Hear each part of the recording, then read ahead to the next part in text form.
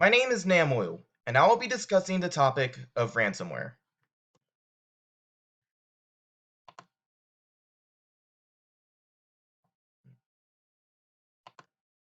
So what is ransomware?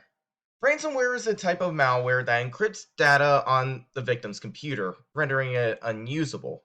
The attacker then sends a ransom, goading the victims to pay them in order to gain access to their data again. They typically use asymmetric encryption to lock the files and are commonly being used in DDoS attacks. Now let's go over some terms associated with ransomware. The first is encryption, which essentially turns a file into ciphertext through an algorithm in order to keep the information safe. Some algorithms we've discussed in class include AES and DES encryption. The next term is asymmetric encryption, or public key encryption. This is an encryption method that has two keys associated with the encrypted file, one to encrypt it and the second to decrypt it. Hackers would typically possess the decryption key and will give it to the victim after they pay the ransom. The last term is the distributed denial of service attack, or DDoS attack.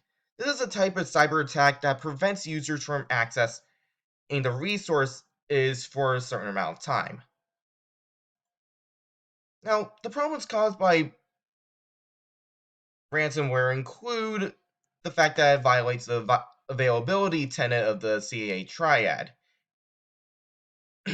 which ensures that all the authorized information files are accessed at the authorized times.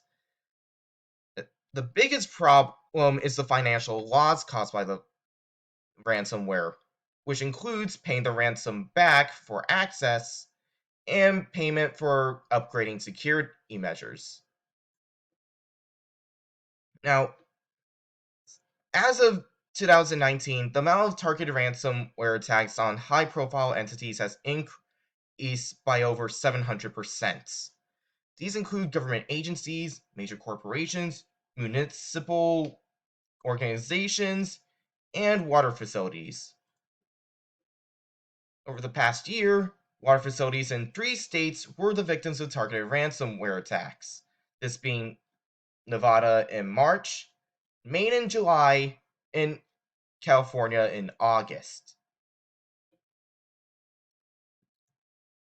The first ransomware attack occurred in Nevada. Though the hackers successfully gained access to the facility's servers, there was nothing they could do to tamper with the equipment, as the facility was not fully automated. The second and third attacks in Maine and California are different stories, as the hackers were able to lock workers out from giving remote commands to their equipment, forcing them to have to use the equipment manually. The one thing that these 3 incidents have in common is the fact that they did not spend much on their own cybersecurity measures. So how can we protect ourselves from ransomware? Firstly, you need to make sure that everything about your system is up to date, especially any security software, as ransomware attacks typically target outdated systems that are vulnerable to new and complex attacks. Secondly, never click on unsafe links to ensure that you don't expose any breaches in your system. Lastly, keep backups of any important files and information so that you continue working while not having to use any unnecessary resources to restore files. As stated in the intro, ransomware is commonly used in DDoS attacks. Specifically, the DDoS attacks are used as a cover while the hackers plan ransomware for later use. Lance Whitney of Tech Republic also note how hackers are using ransomware in tandem with DDoS attacks in order to gain more money from victims. In this case, preventative measures against DDoS attacks may also help prevent ransomware attacks. Some methods widely list include keeping backups of files, preventing any potential breaches, and reading reports of other attacks to help strengthen their own security. Ransomware also possesses some potentially larger issues, such as harming physical well-being. The attacks in water facilities could have made the water undrinkable, but that's not the only threat it poses. An earlier attack on a water treatment facility in Florida saw the hacker tampering with the sodium hydroxide content of the water, which could have caused burns and rashes to people who came into contact. Had this been the case with a ransomware attack, it could have put the nation at risk, or at least a very large area of the nation. Ransomware has now also been affecting cloud services and storage, causing the ransom to increase in cost. Further research can be put into the motives for ransomware attacks. The most common, of course, is money, given the nature of receiving a ransom from the victim.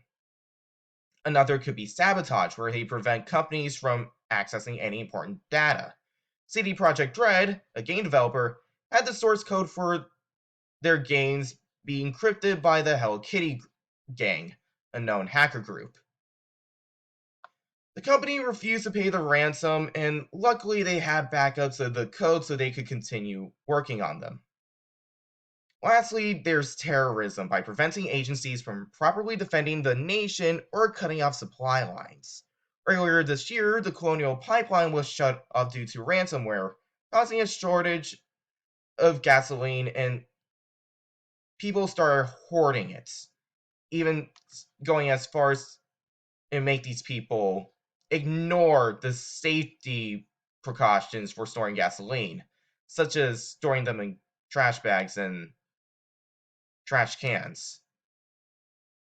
Here are my references, and that's all. Thank you so much for watching.